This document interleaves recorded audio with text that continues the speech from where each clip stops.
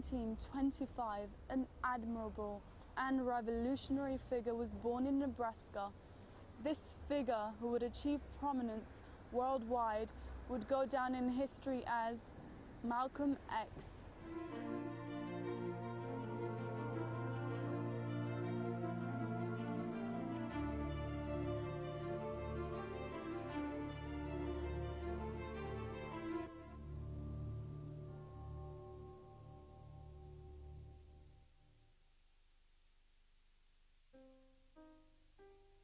When we look at the childhood of Malcolm X, remembering, and many people forget this, he's born in Omaha, Nebraska. Omaha is not a part of the United States that people think about African Americans living there. Probably his family would have been a family that migrated to Nebraska, fleeing slavery during the early periods, looking for areas of the country that were not known to have been slave states and not known for the legacy of slavery, but Malcolm's family finds a tremendous degree of racism. Malcolm's father was a Garveyite. He believed in the principles of Marcus Garvey, who believed in a return to Africa for blacks who were living in America, who had come to America as slaves. He believed that they should return back. But Malcolm very early on learned about the violence of the United States of America. He learned very early that black people were not accepted. He learned that to be a quote-unquote uppity black man, to be a black man like his father was, outspoken against racism, outspoken for the concerns and needs of his congregation, meant that you would be put into the path of violence. And in that we know that Malcolm's father is murdered. His body laid on the railroad track and the train allowed to run over him.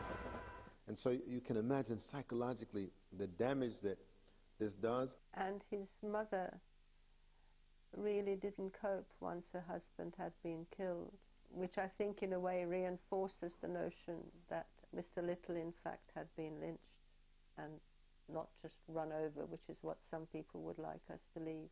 She had a whole family to sort of raise. She was then put into an asylum and the family was split up. And so growing up as an orphan, so to speak, you know, on the state actually is a traumatic experience for many people. But we also recognize that the Prophet Muhammad ﷺ was an orphan himself. So orphans have a type of sensitivity, and they're very focused people because they don't necessarily take things for granted. They don't have their parents around them.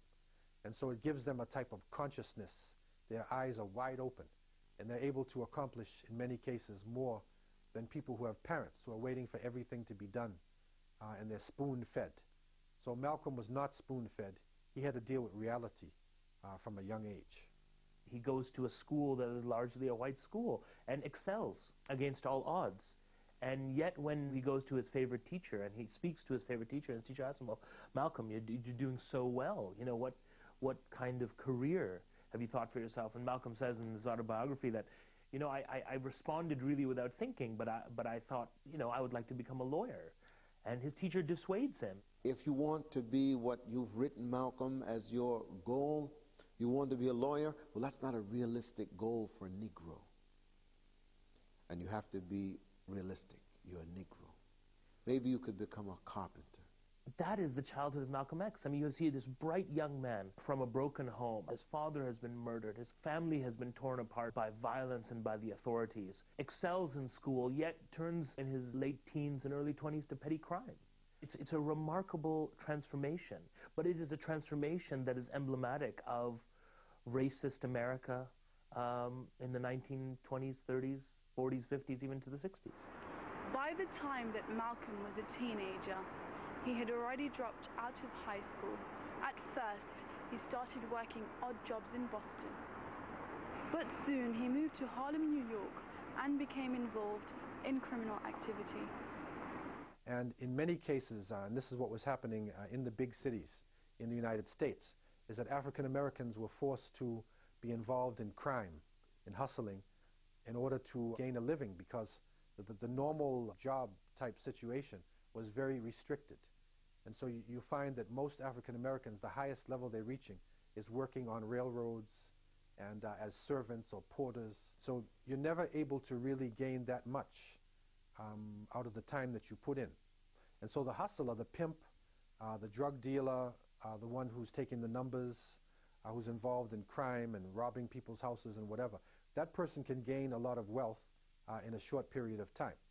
He had a kind of reddish hair, and so people began to refer to him as the hustler nickname, Detroit Red. And he said that if New York was heaven, then Harlem was seventh heaven. And it became a place where the petty crime that he could be involved in Boston was taken to a new level. In his autobiography, he talks about a time when he played Russian roulette with real live bullets, because to him it didn't matter if he lived or died. You know, now think of that. You know what I mean? He himself had such low self-respect for himself and for his surroundings that it was almost like a day-to-day existence. But ultimately, it led to his incarceration.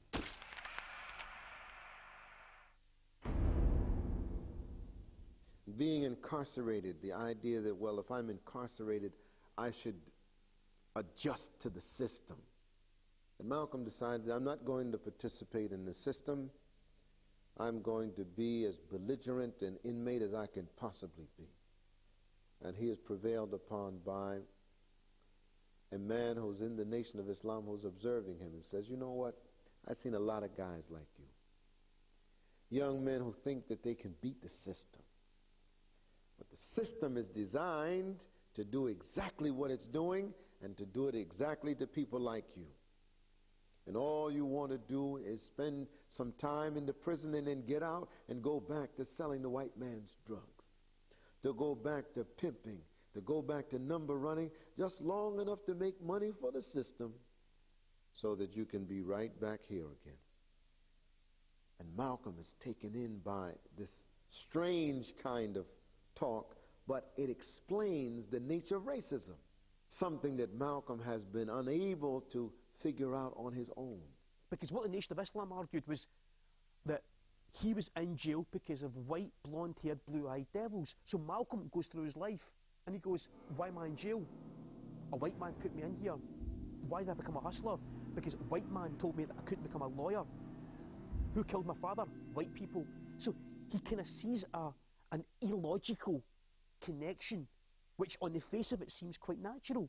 White people are the cause of his problems. Until finally the words of this fellow inmate begins to resonate in his mind, that it is racism, it is exploitation, it is this false belief that has led him and so many others down the road of incarceration and ultimate destruction. His advisor, teacher, mentor says, if you're going to be able to articulate yourself, then you need to master the English language. And so he goes about the business of studying the dictionary, learning every word of the dictionary, memorizing it and its meaning, such that he can convey the message in the best possible manner. So in prayer, he pledges two things that I believe he never left.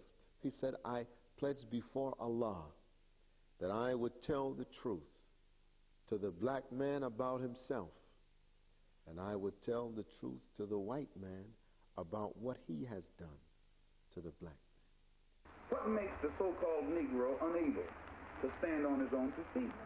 He has no self-confidence. He has no confidence in his own race. Because the white man destroyed your and my past, destroyed our knowledge of our culture. And by having destroyed it, now we don't know we have any achievements, any accomplishments. And as long as you can be convinced that you never did anything, you can never do anything. The Nation of Islam's teaching was based on what was called the sort of Moorish temples of 1920s, right, okay?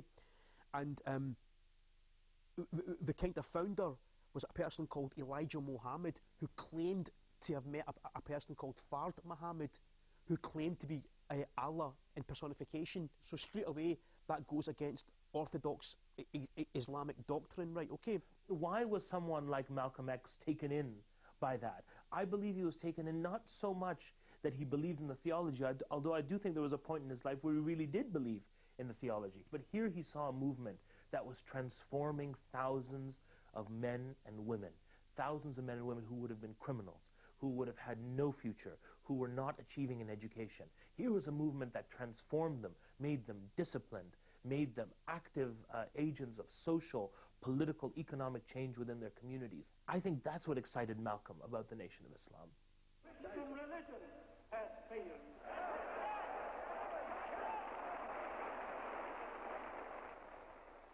Your leaders thought that religion has failed.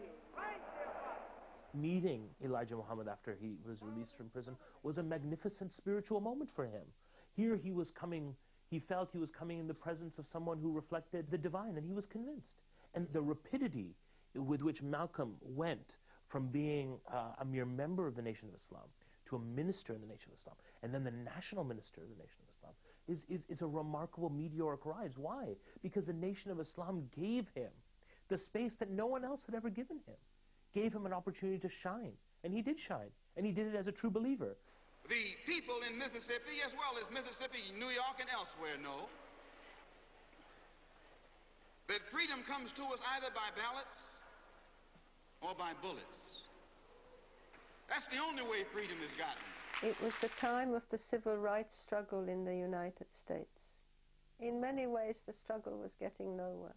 I remember being horrified watching the fire hoses being used on African Americans on protest marches, and then the killing of many African Americans and some whites who were protesting. And Malcolm began to say that if there were no real changes, people would have to fight for their equality by any means necessary. When Malcolm came out, his great skills in organisation and talking and arguing and debating and getting people to think about their conditions made the Nation of Islam go from a local organisation into a national organisation. One of the most fantastic elements of Malcolm's ready for prime time status was that television was just coming into vogue when Malcolm was the national spokesman for the Nation of Islam. We declare our right on this earth to be a man, to be a human being, to be respected as a human being, to be given the rights of a human being in this society, on this earth, in this day, which we intend to bring into existence by any means necessary. Instead of having, as many people in those days would have, a long prepared statement, Malcolm would have bullet points, and he would extemporize on each one of the points in his presentation, which made him ready for the age of the soundbite. Anytime you beg another man to set you free, you will never be free. Freedom is something that you have to do for yourselves. And until the American Negro lets the white man know that we are really, really ready and willing to pay the price that is necessary for freedom, our people will always be walking around here second-class citizens, or what you call 20th century slaves. What price are you talking about, sir? The price of freedom is death. That would make the evening news, where some of the other traditional African-American preachers would have long and very thoughtful discourses. That was fine for radio, but not for television. And Malcolm was a man made for television. We invested 310 years of slave labor, 310 years, every day of which your and my mother and father worked for nothing. Not 8 hours a day. There was no union in that day. They worked from sun up until sundown, from can't see in the morning until can't see at night. They never had a day off. And on Sunday, they were allowed to sit down and sing about when they died, they wouldn't be slaves no more. When they died. He said, you know what I mean, the role of the media is absolutely crucial in this. So that's why he actually started the actual newspaper called Mohammed Speaks, which, in my opinion, was one of the key reasons why the Nation of Islam in the 1950s just exploded. And then also, I think it was 1958, the Nation got national attention because there was a very famous documentary done by, I think it was ABC, called The Hate That Hate Produced, which seems ironic in my opinion, right, okay. And there the Nation of Islam got like national recognition, and that's what elevated Malcolm, not just from being a local spokesman, but to being something which was, he was a figurehead then. He really was. And the Nation of Islam had to be taken seriously then. He completely subjugated himself, to Elijah Muhammad and became his greatest follower and lieutenant. Malcolm is looking at Elijah Muhammad as a man who is divine. He believes in him and he believes in his message. And he believes that he is the messenger of Allah to the black man and woman in America. But very early on, because Malcolm is a voracious reader, he is also learning that there are Muslims in other places and they don't accept Elijah Muhammad. Now, at first you can write it off and just say, well, our understanding is that they are dealing with the history that was written in the past. This is the Nation of Islam language. That history is written so many thousands of years in advance, and so when people were writing thousands of years ago about Muhammad, alayhi salam, that really they were talking about Elijah Muhammad, and that this was a foreshadowing of the one who would come. But slowly as the 60s progress and Malcolm begins to learn more, not only about Islam, but about the things that would make Elijah Muhammad not the noble man that he believes him to be. The Honorable Elijah Muhammad teaches us that it is time for you and me to stand up for ourselves. All of Malcolm X's speeches started with the Honourable Elijah Muhammad teaches us, the Honourable Elijah Muhammad teaches me, the Honourable Elijah Muhammad. Right, okay. Obviously, has that relationship developed, Malcolm X kind of realised that Elijah Muhammad wasn't practicing what he was preaching. Here's a man you believe to be a prophet of God. Here's a man that you believe is divinely inspired. Here's a man who transformed your life. Here's a man who gave you the opportunity that no one, no system gave you before. But yet, once again, it's the sincerity of Malcolm X. When he hears the allegations, he initially says, no, it could not be. The messenger, as Elijah Muhammad called himself, could not have committed such moral outrages. And Malcolm says, were it not for the fact that the information was coming to me from Elijah Muhammad's son, Warathuddin Muhammad, the one we called then Wallace Muhammad, he said, I wouldn't have believed it. But because Wallace, his own son, told him, this led him to say, let me investigate. Because not only is he a follower of Elijah Muhammad, but he's also a defender. He did realise that Elijah Muhammad gave him self-respect. So he was trying to defend Elijah Muhammad. He was trying to say that, look, in history, great people have got flaws in character. Until he discovers that, in fact, the Elijah Muhammad is not willing to come forward and to accept the reality of his indiscretions. He could easily have turned around and said, Elijah Muhammad is a fraud. But he doesn't go along that path, first of all. What he says, and it's a very classic speech, he says, if you have a caged tiger, and the tiger has been caged all his life, and you show this caged tiger a back garden, he'll go, that's the jungle. And what he was saying was that black people in America did not know Islam. They did not know it. Okay, no one, because when blacks were brought over to America, their whole history was wiped out. Okay, so when somebody comes along and says, this is Islam, they think, well, yeah, maybe it is. Maybe it is. So he's, even at this time of turmoil, he's trying to get something positive out of it. He's trying to say, well, the man taught me something. The man taught me something. Malcolm just doesn't question Elijah Muhammad. He begins to question that when the nation is now met with violence, when the nation, members of the nation, are bullied and in fact killed and beaten by the police, what is the response? Malcolm wants to take a direct response. He believes in direct action. Take it to the streets. We don't need anybody today speaking for us, seeing for us, or fighting for us. We'll fight our own battles with the help of our God. Use the media, use the power of the nation to defend members of the Nation of Islam, to defend the vision of the Nation of Islam. Elijah Muhammad takes a step back. Malcolm starts to waver even more. Why? Why is the messenger taking a step back? And now all those concerns about tactic, about policy, about the personal life of Elijah Muhammad lead to this break? Referring to President Kennedy, I believe you call him a trickster? He has to be a trickster. Even if he's the president, that doesn't stop him from being a trickster if he's making tricks. Anytime a man running for president tells Negroes what he's going to do for them when he gets in office, and after he gets in office, he has time to do something for everybody else except the people that put him in office. He tricked the people who put him in office. He has the time to take a stand against U.S. Steel, against Castro, against Khrushchev, against Laos and South Vietnam and all these other places all over the world. But when it comes to time to correcting the injustices that are being inflicted against Negroes in this country, Kennedy sits up there like Nero. He's fiddling while Birmingham is burning.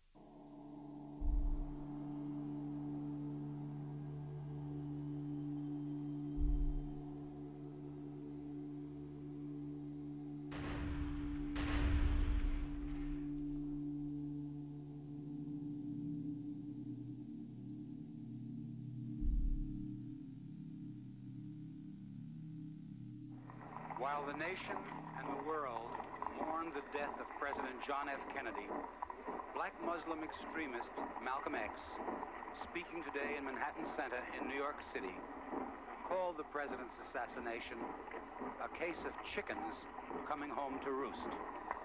This statement is from Messenger Elijah Muhammad, the leader of the Muslims in America. Minister Malcolm Shabazz, addressing a public meeting at Manhattan Center in New York City on Sunday, December the 1st, did not speak for the Muslims when he made comments on the death of the president, John F. Kennedy. He was speaking for himself and not Muslims in general. And Minister Malcolm has been suspended from public speaking for the time being. I've been silent for the past 90 days because of some statements I made concerning the President of the United States, which were distorted. They were distorted. And yes. What did you say, Malcolm? Well, I said the same thing that everybody says, that his assassination was the result of the climate of hate. But only I said the chickens came home to roost, and which means the same thing.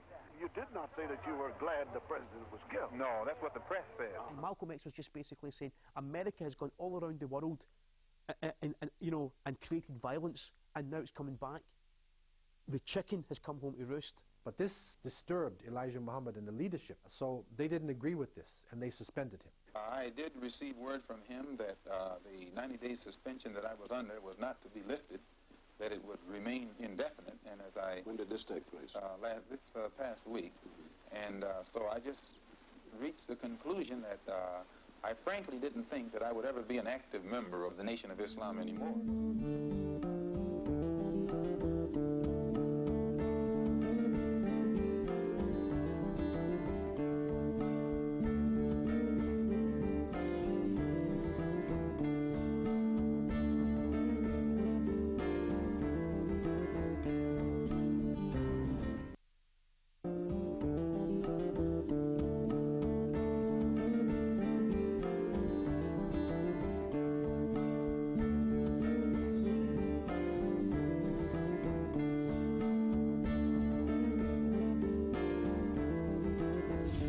Malcolm's life is not easy to understand.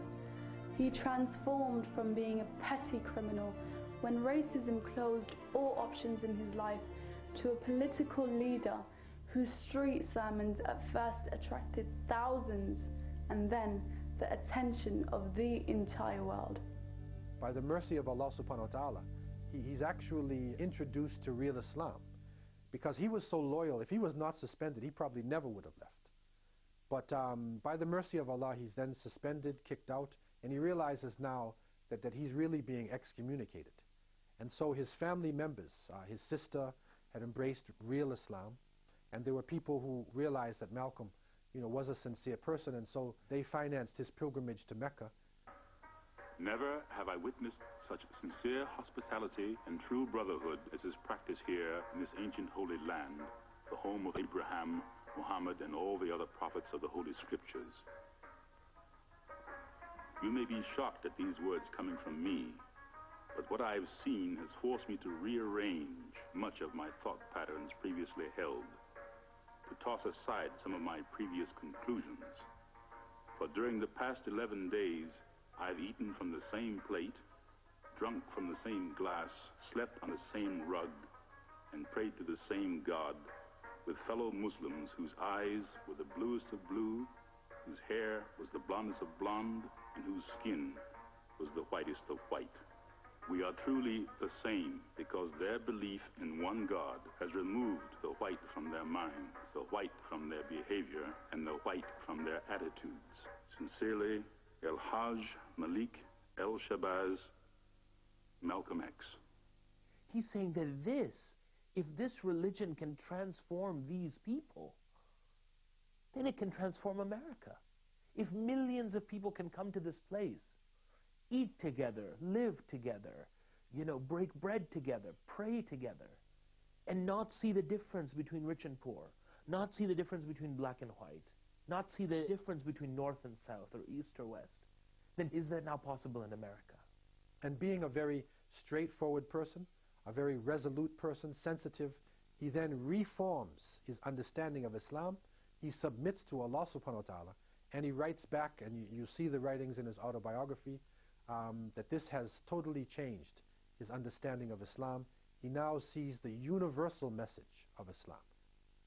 He leaves the Hajj, returns to Africa, and now he begins this magnificent homecoming, he calls it. When he goes to Ghana, what do they call him? They call him Omawale. They call him the Son Returned. He takes that name. He says, I am the Son Returned. And that's a remarkable story. It's a remarkable moment for him. Malcolm is transformed again. Malcolm returned to the United States with a new outlook on integration and a new hope for the future. This time, when Malcolm spoke, instead of just preaching to African Americans, his message was universal to all races. When I was on the pilgrimage, I had close contact with Muslims whose skin would in America be classified as white, and with Muslims who themselves would be classified as white in America. But these particular Muslims didn't call themselves white. They looked upon themselves as human beings, as part of the human family, and therefore they looked upon all other segments of the human family as part of that same family. Now, they had a different look or a different air or a different attitude than that which is reflected in the attitude of the man in America who calls himself white. So I said that if Islam had done that for them, perhaps if the white man in America would study Islam, perhaps it could do the same thing for him. There's a very famous quote from Malcolm X, and he says, the Negro problem in America is not a problem of civil rights, it's a problem of human rights. Okay, now, by simply saying that, what Brother Malcolm is doing is that he's making this problem not national, he's making it international. He becomes an international figure. He speaks out for liberation movements, not only in Africa but in Asia. He becomes a spokesman for the poor and oppressed all over the world. At the same time, he doesn't lose his feeling for liberation of African people in the West.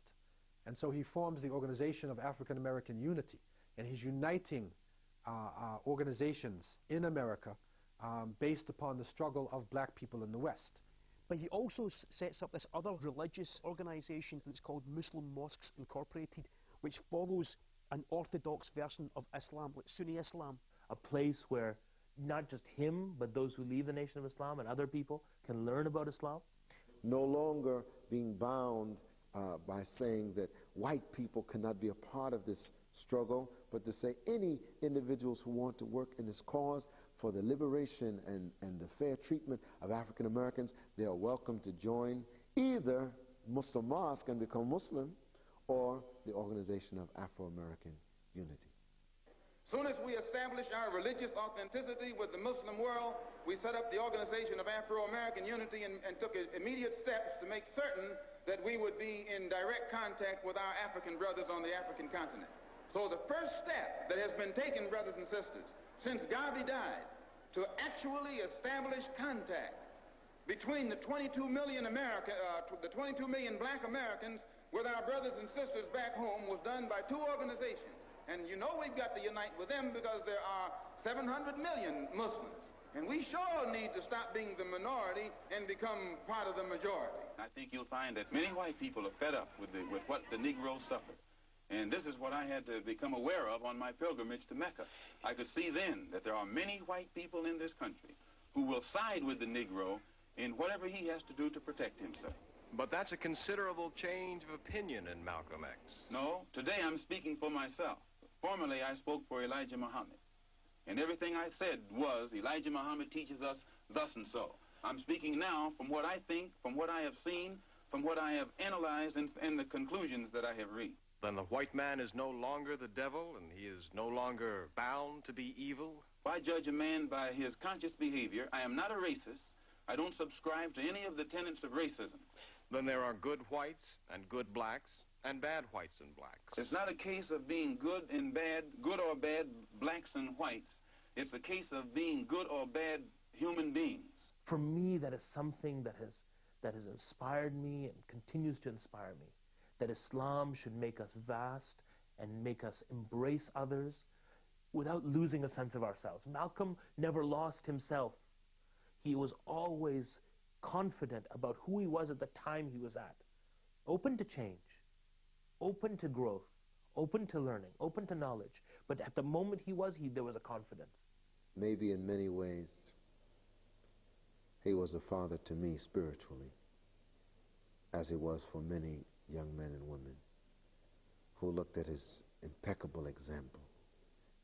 The FBI that was following Malcolm and Martin, they said in documented information from the counterintelligence program, they said that Malcolm X compared to Martin Luther King in his moral and private life, that he was a saint in terms of his uprightness of character and conduct. Well, what he signifies to me is, first of all, it's love, it's humanity, and it's also a quest for knowledge. He gave me self-respect. Growing up in a predominantly white environment in Scotland, I went, well, I'm going to be proud to be a Pakistani Muslim in Scotland. I'm going to be proud to be who I am. And that's the idea of the psychic conversion that Malcolm X gave, being applicable not just to African Americans, but to all people who are oppressed. I come from a Jewish family, and most of my family were murdered during the war. And one of the hardest things for a survivor is to say to those who can no longer answer, why didn't you fight back? I cannot imagine being rounded up, even with a gun, and being told to march down to the station to get on a train, which I know is going to take me to a slaughterhouse. Maybe I flatter myself when I think I would fight back. I'd rather be shot for fighting back than go along. So that's something I've been struggling with as somebody of Jewish heritage. Seeing how African Americans were being treated had a lot of similarities to me. And when they were being killed for protesting, I thought, well, you're being killed for protesting. So when Malcolm said, by any means necessary, I thought, yeah, I wish you'd been around before to say that to my forebearers, to my relatives. Malcolm, as a person who rejected false teachings, who rebelled against society, who maintained his intelligence and his focus, that really, for me, was, a great influence. He taught me to have focus and to not compromise certain values. My mother kept him alive every day of my life. She made sure that we understood who he was and what he was about and what he would allow. My father was born in India before partition. After partition, he came to Pakistan. My mother's family also hails from, India, came over to Pakistan at partition. There doesn't seem to be any logical connection between them and Malcolm X. And yet, my father came to Canada in 1971. I was born in Canada. I grew up as a Western Muslim, you can say. For me, as a Muslim, and someone who grew up with a very strong self-identity as a Muslim, reading Malcolm X was critical to my feeling of belonging. That made me feel like the legacy of African American Muslims was my legacy too, that I could experience that legacy and what came out of it as my own. There's a worldwide revolution going on. It goes beyond Mississippi. It goes beyond Alabama. It goes beyond Harlem. What is it revolting against? The power structure. The American power structure? No. The French power structure? No. The English power structure? No. Then what power structure? An international Western power structure. So our next move is to take the entire civil rights struggle problem into the United Nations and let the world see that Uncle Sam is guilty of violating the human rights of 22 million Afro-Americans and still has the audacity or the nerve to stand up and represent himself as the leader of the free world. Now, I am well aware of what I'm setting in motion by what I'm saying up here tonight. I'm well aware, but I have never said or done anything in my life that I wasn't prepared to suffer the consequences for. With his discovery of true Islam, as he calls it, Malcolm continued to fight against racism, arrogance, greed, fear and hypocrisy, the spiritual conditions from which injustice grows. Malcolm stopped advocating separatism and instead relayed a message of world brotherhood, but this was not initially welcomed. Such was his threat of unity, of love, that something had to happen to him. Are you going to disenchant it and deal with the fact that these men who were your brothers are making threats against your life? No, because actually it's not their fault. Most of them, now Joseph and the officials, they have a knowledge of what it's all about. But the rank-and-file Muslim brother does not know what it's all about. They are, out of religious sincerity, they think that they are doing the will of Allah by protecting a man who I myself taught them was divine. So I don't in any way fault them. But those who are over them and give the orders, and actually the ultimate order comes from Elijah Muhammad himself. Why are they threatening your life? Well, primarily because they're afraid that I will tell the real reason that I'm out of the black Muslim movement, which I never told. I kept to myself.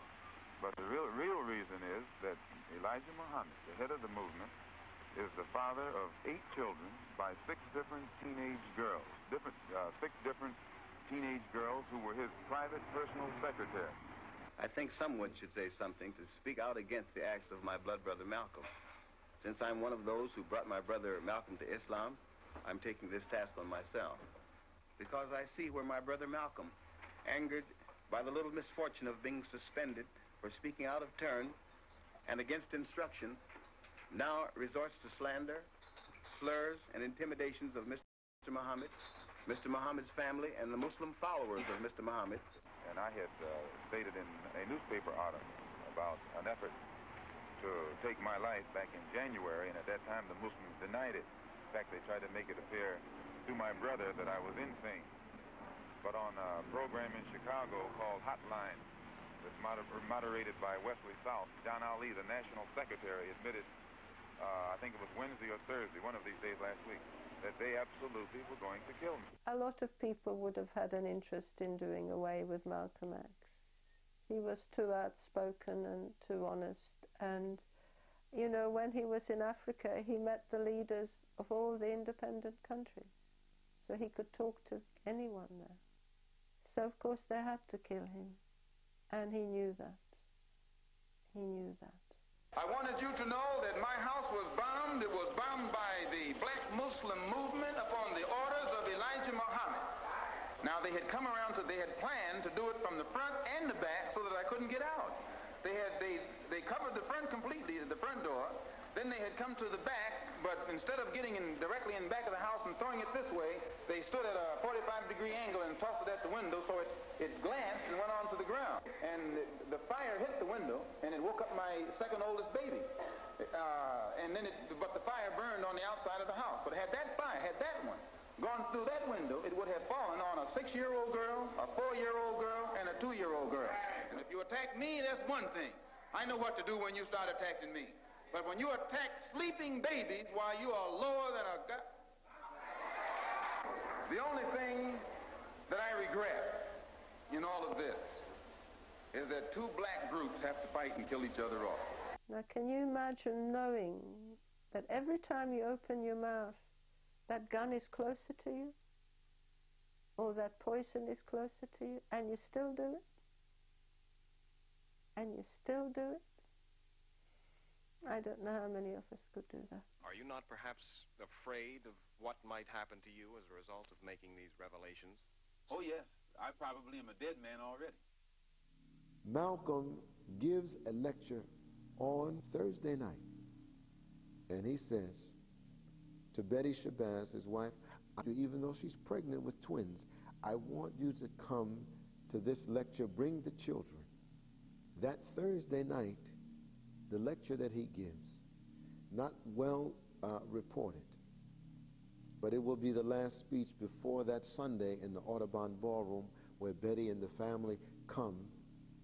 That's going to be his last speech, in which he says, I am still a Muslim. That only means that I believe that there's only one God, who is Allah, and that I believe in Muhammad, not this Muhammad, but the Muhammad who lived 1400 years ago. And that as a Muslim, that I should pray 5 times a day and give charity from my wealth and fast in the month of Ramadan and to perform the Hajj, which I recently performed. So without a doubt, he is clearly articulating on that Thursday evening all of the principles that we understand universally as being Islam. Then he says that there are those who would like to kill me because of what I know. And he said, I have never told what I know about the Nation of Islam.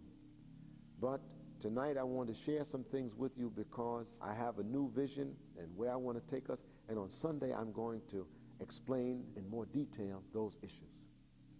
That Sunday, when he asks Betty to bring the children and so on, he tells the security people that we don't need a lot of security today. This day they decide that they're not going to have any police protection for Malcolm. Neither does Malcolm have any obvious security around him, as if he knows that his time is coming. There's no sense making any pretense about it.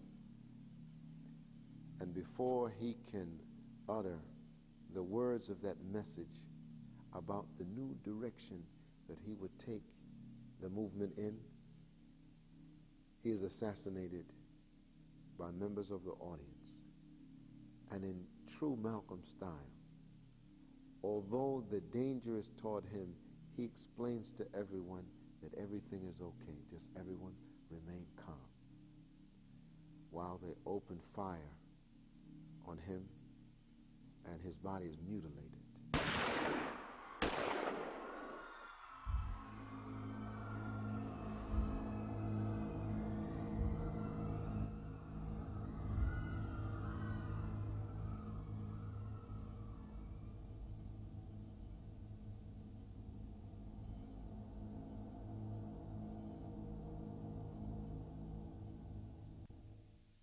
The first person, the person to hold him while he passed away, was one of his close friends, a Japanese woman, Yuri Kochiyama, who was a member of the Organization of Afro-American Unity, who was a Harlem activist, along with people like Ossie Davis, the late, great Ossie Davis, and others.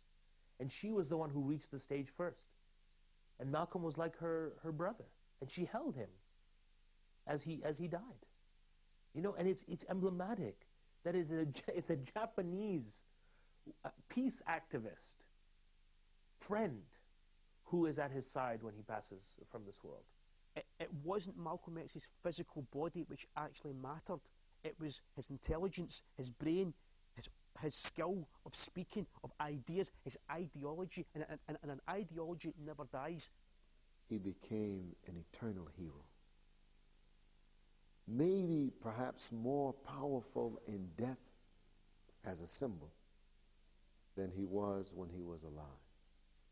So instead of killing one person that day, Malcolm X broke into maybe tens of thousands of little Malcolm.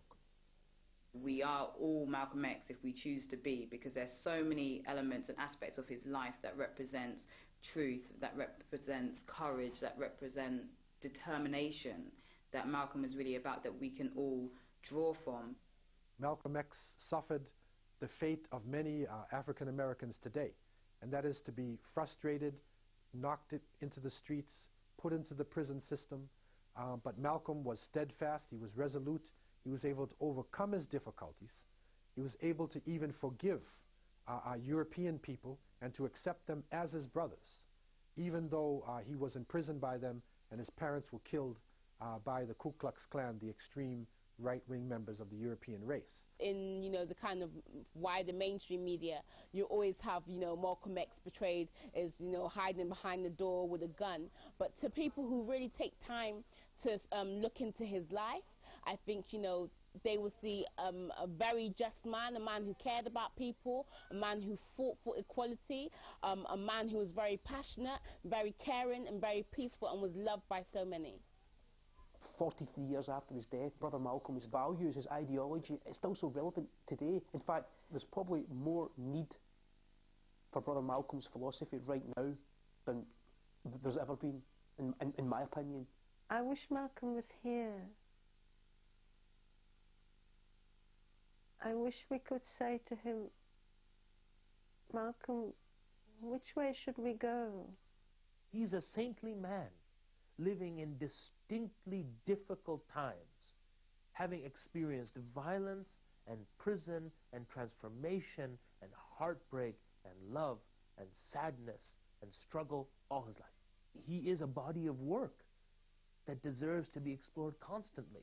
So in terms of legacy, there's so many people struggling now throughout the world in many oppressed places that are actually standing up and saying, we're not going to turn the other cheek. And I think Malcolm represented that strength that, will fight for freedom, and sometimes the penalty may be death. The hardest part is being a woman and fulfilling this legacy that most people think a man should be filling. His legacy, it's political, it's social, it's cultural, it's endless, basically. If Malcolm X were alive today, he would be a contemporary of Nelson Mandela. But their wisdom and years of experience would be a beacon for many young people to say, I too should pick up the mantle to see what is it that I can do in my own way, in my own place, to make society better. Many will ask what Harlem finds to honor in this torn, a controversial and bold young captain. Malcolm was our manhood, our living black manhood. That was his meaning to his people. And in honoring him, we honor the best in ourselves. And we will know him then for what he was and is, a prince, our black shining prince, who didn't hesitate to die because he loved us so. Not underestimates the legacy of Malcolm X.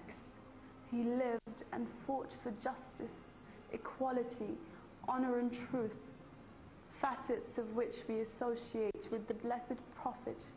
Peace and blessings be upon him and his companions.